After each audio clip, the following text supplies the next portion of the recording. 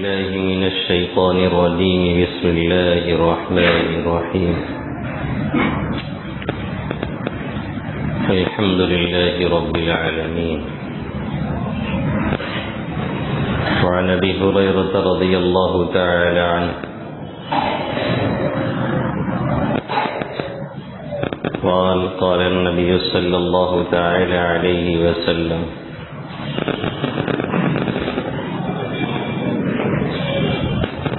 وارض بما قسم الله لك تكن أغنى الناس، أو كما قال سيدنا وهادينا محمد صلى الله تعالى عليه وسلم.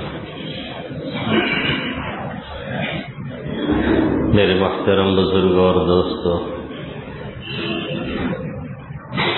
میرے غیور نوجوان ساتھیوں،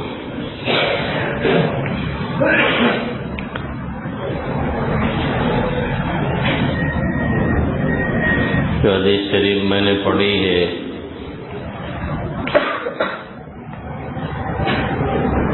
مکمل حدیث کا ایک ٹکڑا، اس کا ایک جملہ ہے جسے نقل کرنے والے، جس کی روایت کرنے والے صحابی رسول حضرت ابو ہریرہ رضی اللہ تعالی عنہ، وہ فرماتے ہیں کہ آقا مدنی صلی اللہ علیہ وسلم نے یہ فرمایا کہ ارضى بما قسم الله لك تكن اغنى الناس. اللہ نے تمہاری قسمت میں اور تمہارے مقدر میں جو لکھ دیا ہے اس پر راضی ہو جاؤ تو لوگوں میں سب سے زیادہ بے نیاز رہو گے.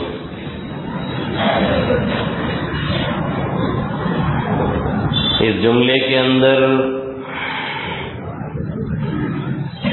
دو باتیں اللہ کے حبیب صلی اللہ علیہ وسلم نے کہی. ایک تو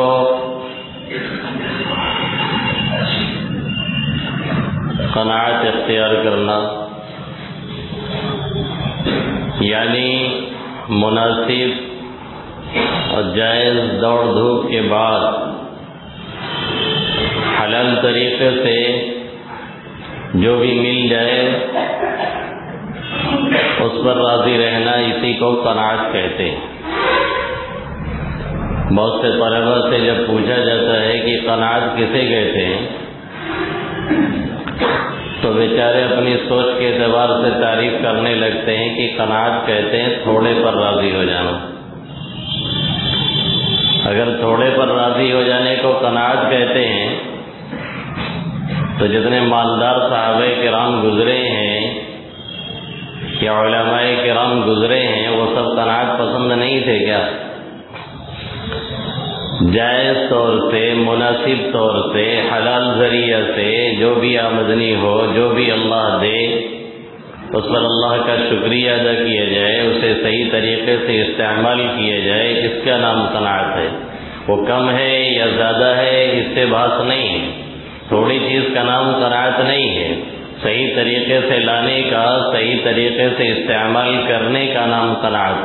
صحیح ذریعہ ہو، جائز طریقہ ہو، صحیح جگہوں پہ اس کا استعمال کیا جائے، اللہ کے حبیب صلی اللہ علیہ وسلم کے بتلائے ہوئے اصول اور ضابطے کے مطابق اسے خرچ کیا جائے، تب یہ قناعت کا حصہ ہے، ورنہ نہیں ہے.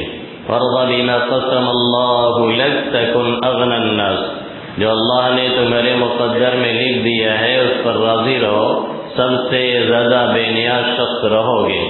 اور دوسری اس کے اندر اللہ کے حبیب صلی اللہ علیہ وسلم نے جو نصیحت فرمائی ہے وہ یہ ہے کہ اللہ نے تمہارے لیے جو فیصلہ لکھ دیا ہے، اللہ نے تمہارے حق میں جو فیصلہ کر دیا ہے اس پر راضی رہو. اس کا تعلق صرف ہمارے اور آپ کے معاملات سے نہیں ہے، زندگی کے ہر شعبے سے ہے. ہمارے اور آپ کے ساتھ جو بات بھی پیش آئے، کوئی ناخوشگوار واقعہ پیش آئے، کوئی پریشانی پیش آئے، کوئی اور اس طرح کی باتیں پیش آئے جو ہمیں پسند نہیں ہیں، جو ہمارے دل و دماغ کو بھاتی نہیں ہیں، ہمیں اچھی نہیں لگتی ہیں، پھر بھی ہم یہ سوچیں کہ اللہ حکیم ہے، حکیم مطلق ہے، وہ سب کچھ سمجھتا ہے اور جانتا ہے، اس لیے اس کے فیصلے پر ہم راضی ہیں۔ اس کا نام قناعت نہیں، رضا بالقضاء ہے۔ وَارْضَ بِمَا قَسَمَ اللَّهُ لَكَ تَكُنْ أَغْنَى النَّاسِ، اللہ نے تمہارے لیے جو فیصلہ کر دیا ہے اس پر راضی رہو تو سب سے زیادہ بے نیاز رہو گے۔ دیکھیے یہ دنیا ہے، ایک ہے عالم آخرت جہاں پہ سکون ہی سکون ہے، جہاں پہ راحت ہی راحت ہے، جہاں پہ اطمینان ہی اطمینان ہے، جہاں پہ عیش و مستی کے سوا کوئی دوسرا کام نہیں ہے، بلکہ یہ کہیے کہ وہ عیاشی کا ایک اڈا ہے جسے جنت کہا جاتا ہے۔ اللہ رب العزت ہم سب کو عافیت سے وہاں پہنچائے، آمین۔ اسے جنت کہا جاتا ہے جہاں پہ کوئی دقت نہیں ہے۔ جنت آجا کی آثار نباشد کثیرہ با کثے کار نباشد، جنت وہ جگہ ہے جہاں کوئی تکلیف کا گزر نہیں ہے اور کسی کو کسی سے کوئی ٹینشن نہیں، کوئی کھینچتانی نہیں، کوئی الجھن نہیں، کوئی پریشانی نہیں، یہ جنت کا حال ہے۔ اور ایک وہ دنیا ہے جہاں پریشانی ہی پریشانی ہے، جہاں مصیبت ہی مصیبت ہے، جہاں پہ جانے کے بعد ہر طرح کے عذاب ہی عذاب ہیں، اس کے علاوہ کچھ نہیں ملنے والا ہے، جسے جہنم کہتے ہیں۔ اللہ ہم سب کی اس سے حفاظت فرمائے۔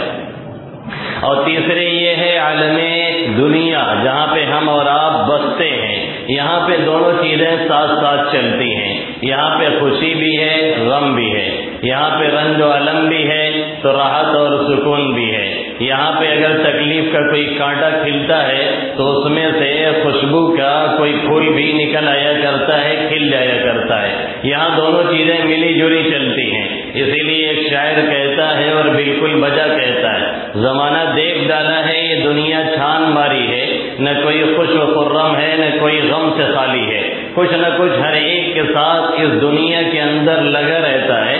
اس لیے کہ اللہ رب العزت نے جہاں مصیبتوں کے آنے کو اور پریشانیوں کے آنے کو بیان فرمایا تو وہاں عربی قاعدے کے اعتبار سے کیا جو لفظ استعمال فرمایا، اللہ فرماتا ہے الذین اذا اصابتهم مصیبہ، کہ لوگوں کو جب کوئی تکلیف پہنچتی ہے، اذا کا لفظ اللہ نے استعمال فرمایا ہے، ان کا لفظ نہیں کہا ہے، یعنی اگر تکلیف پہنچے تب یہ کہیں، یہ نہیں کہا، بلکہ فرمایا جب جب تکلیف پہنچے تو یہ کہنا ہے۔ معلوم یہ ہوا کہ تکلیف آئے گی، پریشانی آئے گی، وہ آ کر کے رہے گی، یہ اللہ رب العزت نے اس کے ذریعہ سے اشارہ دیا ہے۔ اب تکلیف کا آنا، پریشانی کا آنا یہ تو طے ہے، کسی پر کم کسی پر زیادہ، ہر ایک کے ساتھ یہ چیز لگی ہے اور لگی رہے گی۔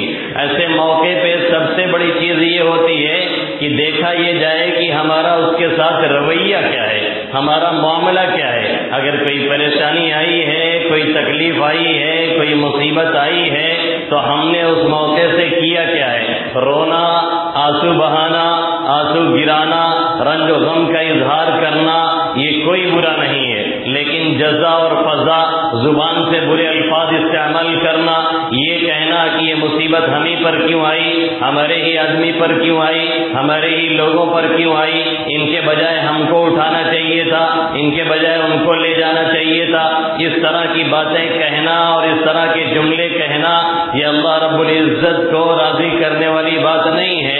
یہ ایک طرح کا عذاب ہے جو دوہرا عذاب ہے، ایک تو کوئی گیا ہے، دوسرے ایک پریشانی اور آپ کو یہ ہے کہ اس طرح کے جملے بول کر کے گناہ اپنی فہرست میں درج کرا رہے ہیں اور لکھوا رہے ہیں۔ اسی لیے اللہ کے حبیب صلی اللہ علیہ وسلم اپنے بچے کو کھلانے کے لیے حضرت ابراہیم کو جو دایا کے پاس رہتے تھے ایک مرتبہ تشریف لے گئے، جا کر کے آقا نے انہیں گود لیا، انہیں بوسہ دیا، انہیں سونگا۔ سونگے سے مطلب سمجھتے ہی ہیں، جو لوگ بچے کو کھلاتے ہیں وہ جانتے ہیں، کبھی آدمی اس کے چہرے پہ اپنی ناک رگڑتا ہے تو کبھی اس کی پیٹھ پہ، تو کبھی اچھالتا ہے تو کبھی کچھ کرتا ہے۔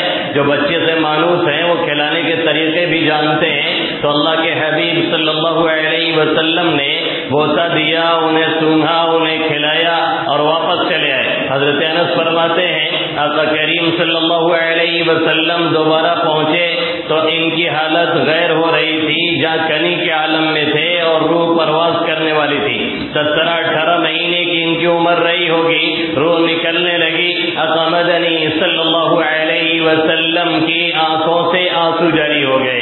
حضرت عبد الرحمن ابن عوف رضی اللہ تعالی عنہ نے فرمایا انتا اے محمد عربی صلی اللہ علیہ وسلم، آپ یہ کر رہے ہیں، آپ کی آنکھوں سے آنسو جاری ہیں۔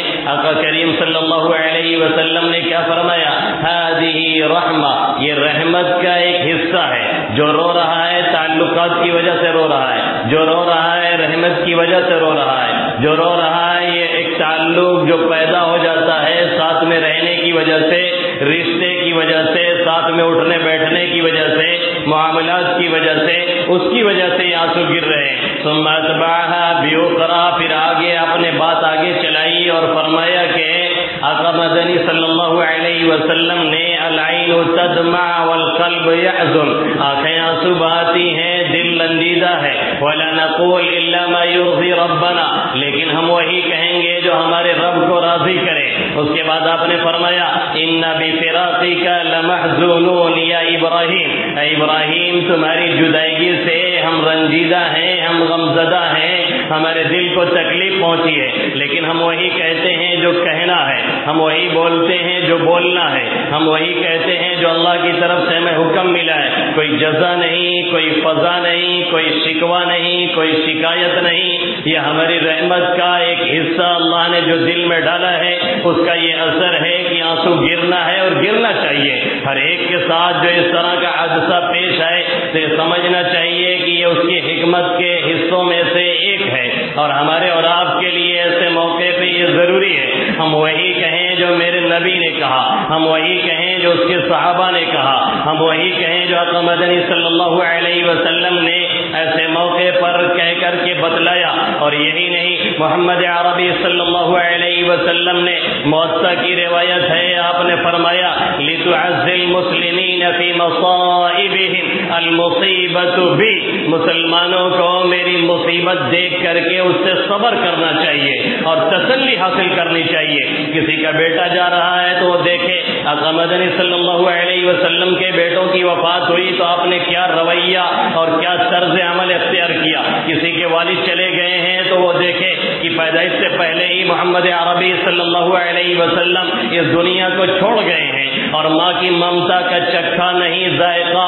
آ گئی مادر مشفقہ کی قضا، ہو درود آپ پر، ہو سلام آپ پر۔ ابھی پیدا ہوتے ہیں، کچھ سال گزرتا ہے، ماں چلی جاتی ہے، دادا جان کفالت پہ آتے ہیں، 6 سال بھی نہیں گزرتا ہے وہ چھوڑ کے چلے جاتے ہیں، حضرت ابو طالب سپورٹ میں آتے ہیں، ان کا بھی سایہ ہٹا دیا جاتا ہے، اس طریقے سے آقا کو لے کر کے چلا جاتا ہے۔ اللہ کے حبیب صلی اللہ علیہ وسلم فرماتے ہیں کسی کو بھی اگر پریشانی آئے، کسی کو بھی اگر تکلیف پہنچے، کسی کو بھی اگر مصیبت پہنچے تو پھر میری مصیبتیں دیکھ کر کے وہ صبر کرے۔ کسی کو رائے حق میں ستایا جا رہا ہے تو دیکھے کہ طائف کی گلیوں میں میرے نبی محترم محمد عربی صلی اللہ علیہ وسلم کے اوپر کیسے پتھر برسائے گئے، جس میں اطہر کو لہو لہان کیا گیا۔ کہیں جنگوں میں کسی کو زخم آتے ہیں تو وہ دیکھے کہ احد کے موقع سے آقا مدنی صلی اللہ علیہ وسلم کے دندان مبارک شہید کیے گئے، آپ گڈھے میں گر گئے، بے ہوش ہو گئے، سب کچھ وہ ہوا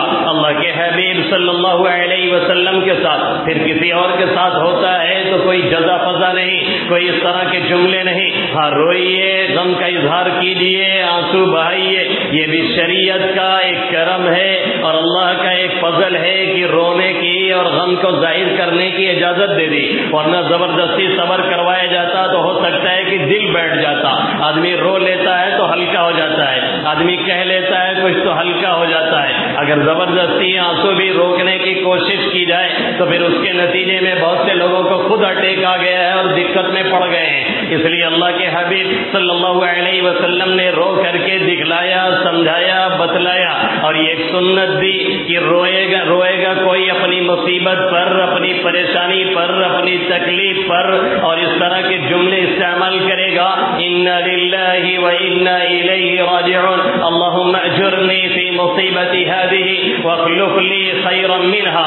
تو ایک طرف پریشانی آئی تھی، ایک طرف مصیبت آئی تھی، اس کے نتیجے میں مجھے جو اجر ملے گا، جو ثواب ملے گا، جو سکون ملے گا، جو بدل ملے گا اور جو بدلہ ملے گا دنیا اور آخرت کے اندر کی کل قیامت میں ایسے لوگوں کو، صبر کرنے والوں کو، تسلی حاصل کرنے والوں کو، اپنے کو سمجھانے والوں کو، ڈھارس بندھانے والوں کو، دوسروں کو صبر کی تلقین کرنے والوں کو، دوسروں کو سنبھالنے والوں کو جو اجر اللہ کل قیامت میں ایسے موقع پہ جمنے والوں کو دے گا.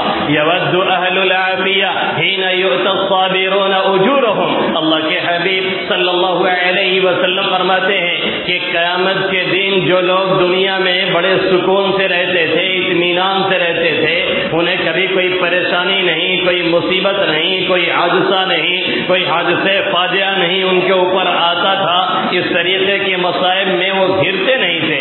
کل قیامت میں جب ایسے صبر کرنے والوں کو جن کے اوپر اس طرح کے حالات دن بدن آئے اور وہ دیکھتے گئے اور صبر کرتے گئے، اس کے نتیجے میں کل قیامت میں ایسے صبر کرنے والوں کو اللہ جو اجر دے گا اور جو نوازے گا، تو پھر یہ لوگ جو سکون میں رہے ہوں گے دنیا میں، وہ یہ تمنا کریں گے لو كانت جلودهم فرضت بالمقارير، کاش کی ہماری کھالیں قینچیوں سے کتر دی گئی ہوتی، ہمیں ذبح نہ کیا گیا ہوتا، ہمیں شہید نہ کیا گیا ہوتا، ہمیں مار کر کے ختم نہ کیا گیا ہوتا، بلکہ ہماری کھالوں کو کتر کتر کے ہمیں مارا گیا ہوتا تاکہ آج بھی ہمیں اجر عظیم ملتا. اللہ کے حبیب صلی اللہ علیہ وسلم اسی لیے فرماتے ہیں عجبا لامر المؤمن ان اصابته ضراء شکر فكان خيرا له وان اصابته ضراء صبر فكان خيرا له عجبا له عجبا له. آقا فرماتے ہیں مجھے مومن کے معاملے پر بڑا تعجب ہوتا ہے، مجھے ایمان والوں کے معاملے پر بڑا تعجب ہوتا ہے. وہ تعجب کیا ہے کہ ان کے دونوں ہاتھ میں لڈو ہے، جس کو ہمارے عرف میں کہتے ہیں کہ دونوں ہاتھ میں تو ان کے لڈو ہے، پوچھنا کیا ہے ان کا. آقا نے فرمایا کہ ایسے لوگوں کے ہاتھ میں دونوں ہاتھوں میں لڈو ہے، اگر کوئی اچھائی پہنچتی ہے، کوئی خوشی کا موقع ہوتا ہے، کوئی نعمت ملتی ہے تو پھر وہ اللہ کا شکریہ ادا کرتا ہے، اللہ اس پہ بھی اسے نوازتا ہے، اجر دیتا ہے، اس کے حق میں وہ بہتر ہوتا ہے. اور اگر کوئی پریشانی آتی ہے تو صبر سے کام لیتا ہے اور کہتا ہے کہ اللہ کی مرضی، اور کہتا ہے کہ اللہ نے جو کیا بھلا کیا ہے، اور کہتا ہے کہ اللہ کی یہ حکمت کا فیصلہ ہے، اور کہتا ہے کہ اللہ اس کی مصلحت سمجھتا ہے، اور کہتا ہے کہ وہ جو بہت اوپر بیٹھا ہے وہ پورے کائنات کے نظام کو دیکھ رہا ہے، میں یہاں بیٹھا ہوں سامنے دیکھ رہا ہوں، آپ ادھر رکیے، آپ سامنے کے حصے کو نہیں دیکھ رہے ہیں، وہاں کیا بہتر ہے، کیا غلط ہے، کیا صحیح ہے، کیا نہیں صحیح ہے، یہ میری نگاہیں کور کر رہی ہیں، آپ کی نہیں کر رہی.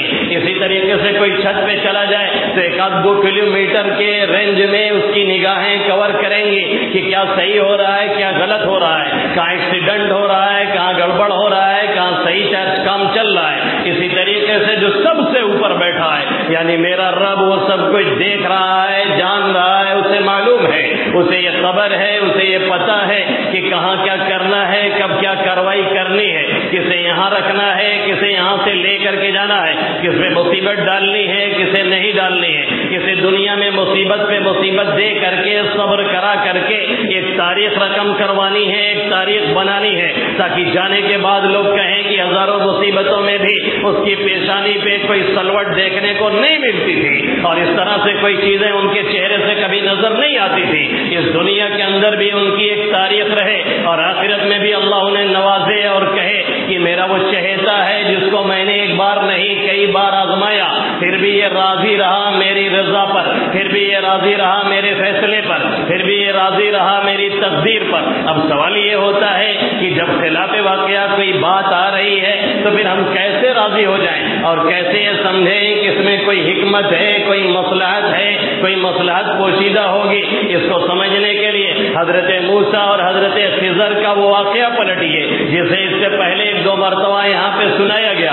حضرت موسیٰ کھڑے تقریر کر رہے ہیں، پوچھا جا رہا ہے کہ سب سے بڑا عالم کون ہے، وہ بول جاتے ہیں کہ میں ہی ہوں. یقیناً جو وقت کا پیغمبر ہوتا ہے وہ سب سے بڑا عالم ہوتا ہے، لیکن یہ جملہ تھوڑا سا بڑائی پہ مبنی تھا، اللہ کو پسند نہیں آیا، اچھا نہیں لگا. اللہ کو یہ پسند تھا کہ حضرت موسیٰ کہتے کہ اللہ ہی جانتا ہے کہ کون بڑا عالم ہے، لیکن انہوں نے کہہ دیا. اللہ نے انہیں تھوڑا سکھلانے کی کوشش کی اور فرمایا کہ میرا ایک بندہ فلاں علاقے میں رہتا ہے, جائیے, وہ آپ سے زیادہ جانتا ہے. حضرت موسیٰ چلتے ہیں, جاتے ہیں, ملتے ہیں اور ساتھ رہنے کی درخواست کرتے ہیں. حضرت خضر کہتے ہیں میرا طریقہ کار کچھ اور ہے, میرا نظام کچھ اور ہے. آپ تشریعی نظام کے مالک ہیں جس میں شریعت کا اصول چلتا ہے, میں تکوینی نظام کا مالک ہوں جس میں اللہ رب العزت کی کارروائیاں چلتی ہیں. اسے سمجھنا آسان نہیں ہوتا ہے, اس لیے آپ میرے ساتھ نہیں رہ سکتے ہیں. حضرت موسیٰ منت سماجت کرتے ہیں اور کہتے ہیں کہ میں رہ لوں گا. ستجدنی انشاءاللہ صابرا ولا اعصی لک امرا, آپ مجھے صبر کرنے والا پائیں گے اور میں آپ کی کوئی نافرمانی نہیں کروں گا اور آپ کے ساتھ میں اس طرح کا کوئی معاملہ نہیں کروں گا. کہتے ہیں جب یہ معاملہ ہے تو اب آگے چلیے. دونوں نے چلنا شروع کیا, کشتی آئی, کشتی والوں نے سوار کر لیا, خضر کو پہچان بھی لیا, کرایہ بھی نہیں لیا, کشتی آگے چلی. حضرت خضر نے ایک پٹرا نکال کر کے کشتی سے باہر کر دیا. حضرت موسیٰ نے کہا یہ کیا تماشا ہے, ابھی سب کشتی والے ڈوب جائیں گے, مر جائیں گے. ایک تو فری میں ان لوگوں نے بیٹھایا ہے, دوسرے آپ یہ تماشا ان کے ساتھ کرتے ہیں. لقد جئت شیئا امرا, آپ نے ایک عجیب حرکت کی ہے. آپ نے فرمایا میں نے نہیں کہا تھا کہ چپ رہیے گا, میں نے نہیں کہا تھا کہ بولیے گا نہیں. آپ پھر چالو ہو گئے, کہنے لگے یہ پہلی مرتبہ تھا, ابھی معاف کیجیے, اب آگے نہیں بولیں گے. اب آگے چلتے ہیں. ایک چھوٹا سا بچہ کھیل رہا ہے. فانطلق حتى اذا لقي غلاما فقتل قال قتلت نفسا زكية بغير نفس لقد جئت شيئا نكرا. آگے چلتے ہیں, ایک بچہ ملتا ہے. حضرت خضر اس کی منڈی پکڑ کے ہٹتے ہیں, بیچارہ مر جاتا ہے. حضرت موسیٰ کہتے ہیں یہ تو اور تماشا کر دیا. لقد جئت شیئا نکرا, بڑا ہی خطرناک کام آپ نے کیا ہے. ایک بچہ جس نے کچھ نہیں کیا, کسی کو مارا نہیں, کسی کو قتل نہیں کیا, آپ اسے قتل کر کے پھینک رہے ہیں, یہ کون سا تماشا ہو گیا. آپ نے فرمایا میں نے پہلے ہی کہا تھا آپ ساتھ چل نہیں سکتے ہیں. آپ نے کہا تھا نہیں نہیں بولیں گے, پھر بول گئے. کہنے لگے اب اس کے بعد اگر بولتے ہیں تو پھر آپ کے ساتھ نہیں رہیں گے, یہ آخری مرتبہ ہوگا, پھر چلیے. اب چلنا شروع کیا, آبادی میں پہنچے, گاؤں والوں سے کھانا مانگا, کسی نے ضیافت نہیں کی. ایک دیوار گرا چاہتی ہے, یرید ان ينقض فاقام. حضرت موسیٰ نے ہاتھ لگایا, دیوار کو صحیح کیا. حضرت خضر نے, حضرت موسیٰ نے کہا یہ بھی ایک تماشا ہے, ان لوگوں نے کھلایا پلایا نہیں, مہمان نوازی نہیں کی, عربوں کے لحاظ سے بہت بڑا غلط کام کیا تھا. ارے کچھ اجرت لے لیے ہوتے, کچھ پیسہ مل جاتا, چائنیز میں چلتے, کہیں کچھ کھا پی لیتے, کچھ جگاڑ بن جاتا, آپ کو پیسہ لینا چاہیے تھا. بغیر کچھ اجرت لی آپ نے کارروائی کر دی. کہنے لگے ھذا فراق بینی و بینی, اب آپ اپنا راستہ لیجیے, میں اپنا راستہ لیتا ہوں. اس کے بعد جو حکمتیں بیان فرمائی اس میں جھلک اللہ نے دکھائی کہ ہماری حکمت کیا ہے, ہماری مصلحت کیا ہے, ہم کارروائی کس بنیاد پہ کرتے ہیں, کیسے کرتے ہیں. لوگوں کو سمجھ میں آئے نہ آئے لیکن ہم سمجھتے ہیں کس وقت کیا کارروائی مناسب ہے, کس وقت مناسب نہیں ہے, یہ ہمیں معلوم ہے. اس کے بعد جو حکمتیں بیان کی گئی خاص طور سے بچے کے بارے میں, حضرت خضر نے فرمایا کہ یہ بچہ بڑا ہو کر کے اپنے والدین کو بھی گمراہ کرتا, خود گمراہ ہوتا, لوگوں کو کفر میں مبتلا کرتا. اس لیے اللہ نے چاہا کہ اسے ختم کر دیا جائے, اس کے بدلے میں انہیں نیک اور صالح لڑکا دیا جائے. یہ اللہ کی حکمت تھی, یہ مصلحت تھی. اب اس میں بھی سوال اٹھایا جا سکتا ہے کہ وہی لڑکا نیک بنا دیا جاتا, اسی کو نیک بنا کے پیدا کیا جاتا, اسی کو آگے چل کر کے ٹھیک کر دیا جاتا. اس طرح کی باتیں کی جا سکتی ہے, لیکن پھر بھی یہی کہنا پڑے گا کہ بھائی آگے مصلحت کیا ہے, آگے حکمت کیا ہے, اللہ رب العزت کیا دیکھ رہا ہے, اس کے تقدیر کے فیصلے کیا ہیں, وہی سمجھتا ہے, وہی جانتا ہے. یہ سب کھیل وہ دنیا میں دکھاتا رہتا ہے. ایک موسیٰ کو روکنے کے لیے پوری پلاننگ کی گئی ہے, لاکھوں لوگ ذبح کیے گئے ہیں. اسی موسیٰ کو حضرت موسیٰ کو اللہ رب العزت اٹھاتے ہیں اور لا کر کے جو سب کو ختم کرنے کی پلاننگ کر رہا ہے, یعنی فرعون, اس کے گھر میں پرورش کرواتے ہیں. اور ایک موسیٰ ہے جو کافر ہے, جو مومن بھی نہیں ہے, حضرت موسیٰ کے اگین ہے, جس کا نام سامری ہے. وہ جو اس کی پیدائش ہوتی ہے, اس کی ماں بھی ڈر کے مارے ایک پہاڑ کی کوکھ میں, غار میں لے جا کر کے چھوڑ دیتی ہے. اس کی پرورش اللہ رب العزت جبرائیل امین کے ذریعے سے کرواتے ہیں. وہ آتے ہیں, اس کی پرورش کرتے ہیں. اور اس موسیٰ کی پرورش, حضرت موسیٰ کی پرورش فرعون کے گھرانے میں ہوتی ہے. شاعر کہتا ہے وہ موسیٰ الذی ربہ جبرائیل مرسل کافر و موسیٰ الذی ربہ فرعون مرسل. جس کی تربیت, جس کی دیکھ ریکھ, جس کی پرورش حضرت جبرائیل نے کی, جس موسیٰ کی, وہ کافر نکلا. اور جس موسیٰ کی دیکھ ریکھ جب سب سے بڑے شیطان یعنی فرعون نے کی, وہ مومن نکلا اور مومن مخلص نکلا. یہ اللہ کی حکمت کے سب فیصلے ہیں جو چلتے رہتے ہیں. اسی لیے ایک شاعر کہتا ہے ماں پروریم دشمن وہ مامی کشیم دوست کسرا چورو چرا نہ رسد در قضائے ماں. ہم دوست کو مار ڈالتے ہیں. حضرت زکریا کو, حضرت یحییٰ کو آروں سے چروایا گیا. یہ اللہ کا فیصلہ ہے جو کر کے دکھایا ہے. اور بہت سے دشمن ہیں, دندناتے پھرتے ہیں, شام سے ٹہلتے ہیں, دن بدن ترقی کرتے ہیں, کوئی تکلیف نہیں, سروں میں کوئی درد نہیں. ان کا حساب کتاب اکٹھے ہی اللہ لینے والا ہے, وہ اکٹھے ہی برابر کرنے والا ہے. اس لیے اس کی حکمت کے, مصلحت کے فیصلوں کو سمجھا جائے. اور اگر اب بھی نہ سمجھ میں آئے تو ایک واقعہ کوٹ کر کے بات پوری کرتا ہوں. یہ واقعہ بہت مستند تو نہیں ہے لیکن واقعتاً حکمت سے بالکل بھرا ہوا ہے. حضرت ملک الموت سے اللہ رب العزت نے ایک مرتبہ یہ سوال کیا, ذرا آپ یہ بتائیے کہ کبھی کسی کی جان نکالتے ہوئے آپ کو تکلیف پہنچی ہے؟ کہنے لگے ہاں 2 مرتبہ تکلیف ہوئی ہے. پوچھا کب ہوئی ہے؟ کہنے لگے ایک مرتبہ کشتی میں کچھ لوگ جا رہے تھے, سیلاب آ گیا, کشتی ٹوٹ گئی, لوگ ڈوبنے لگے, کوئی اس پٹرے کا سہارا لے رہا ہے, کوئی اس پٹرے کا سہارا لے رہا ہے. اتنے میں ایک عورت ہے, اس نے بھی ایک پٹرے کا سہارا لیا اور چلنے لگی اسی پٹرے کے سہارے. وہ بیچاری حاملہ تھی, امید سے تھی, بچے کی پیدائش اسی حالت میں ہوئی. اور جیسے ہی بچہ پیدا ہوتا ہے آپ کا حکم آتا ہے کہ اس کی روح قبض کر لو. ماں کی روح قبض کرنے کا حکم دیا جاتا ہے. مجھے بڑی تکلیف ہوتی ہے کہ اس بچے کا کوئی سہارا نہیں, بیچ مجھار میں ہے, کوئی باپ نہیں, کوئی ماں نہیں, کوئی بہن نہیں, کوئی بھائی نہیں. اب اسے دیکھے گا کون, پالے گا کون, پوسے گا کون, کھلائے گا کون, پلائے گا کون. بڑی تکلیف ہوئی لیکن حکم تھا تو میں نے وہ کر دکھایا. پوچھا دوبارہ کب تکلیف ہوئی؟ کہا دوبارہ وہ ایک بادشاہ, وہ ایک بڑا سردار اور پیسے والا جسے شداد کہتے ہیں, اس نے اپنے پیسے سے جنت بنوائی. اور جنت اس نے طے کیا کہ جب مکمل ہو جائے گی تب جائیں گے, تب شفٹ ہوں گے, تب رہیں گے. پہلے سے گیا نہیں. اور جب جنت بن کر کے تیار ہو گئی, وہ جنت میں پہنچ رہا ہے, ایک قدم اندر رکھتا ہے, دوسرا باہر رہتا ہے. آپ کا حکم ایسا ہے کہ اس کی روح قبض کر لی جائے, اس کی جان نکال لی جائے. اس وقت بھی بڑی تکلیف پہنچی کہ کاش اتنی محنت سے تیار کروایا تھا تو کچھ رہ لیتا, کچھ دیکھ لیتا, کچھ فائدہ اٹھا لیتا. اس لیے تکلیف پہنچی. پہلی مرتبہ اس بچے پہ تکلیف ہوئی اور دوسری مرتبہ اس شہزادے پہ یا شہنشاہ پہ تکلیف ہوئی. اللہ نے فرمایا ملک الموت, تم نے جو تکلیف دونوں مرتبہ کی ہے وہ دونوں ایک بچے پہ کی ہے. وہی بچہ ہے جو پیدا ہوا تھا دریا پہ, جس کے بارے میں تمہیں یہ فکر تھی کون پالے گا, کون پوسے گا, کون کھلائے گا, کون پلائے گا, اور کون بڑا کرے گا, کون اس کی تربیت کرے گا, کون دیکھ ریکھ کرے گا. اور یہی وہ ہے پھر شداد بنا ہے. آج دنیا بھر کی دولتیں جب ہم نے دی ہیں تو انا لا غیری کے نعرے مار کر کے ہمارے مقابلے میں جنت بنا رہا ہے. پھر ہم کیوں اسے جانے دیں؟ یہ ہماری حکمت کے فیصلے ہیں جو ہم کرتے ہیں. یہ کچھ پردے لگا دیے گئے ہیں, حائل ہیں,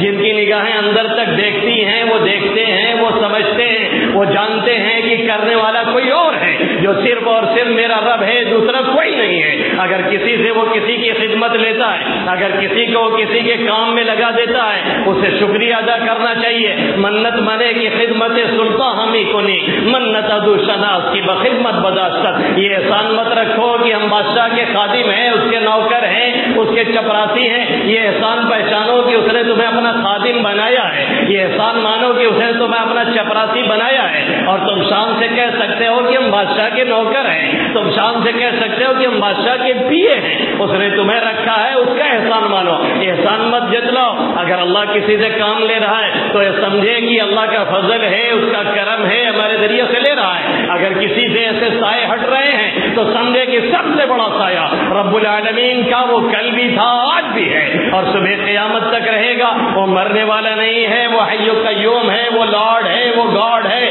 وہ سب کی حفاظت کرتا ہے, سب کی دیکھ ریکھ کرتا ہے. کسے پالنا ہے, کسے رکھنا ہے, کسے بچانا ہے, کسے چلانا ہے, کسے بڑھانا ہے, کسے یتیم سے در یتیم بنانا ہے, وہ صرف اور صرف وہی کرتا ہے, دوسرا کوئی نہیں کرتا ہے. فلک کو کبھی یہ سلیقہ ہے ستمگاری میں, کوئی معشوق ہے اس پردہ زنگاری میں, اور حفاظت جن سفینوں کی انہیں منظور ہوتی ہے, ساحل پہ لا کے خود سے طوفان انہیں چھوڑ جاتے ہیں. اللہ رب العزت مجھے بھی ان باتوں کو سمجھنے کی توفیق عطا فرمائے اور آپ سبھی حضرات کو. آمین یا رب العالمین. وما علینا الا البلاغ المبین.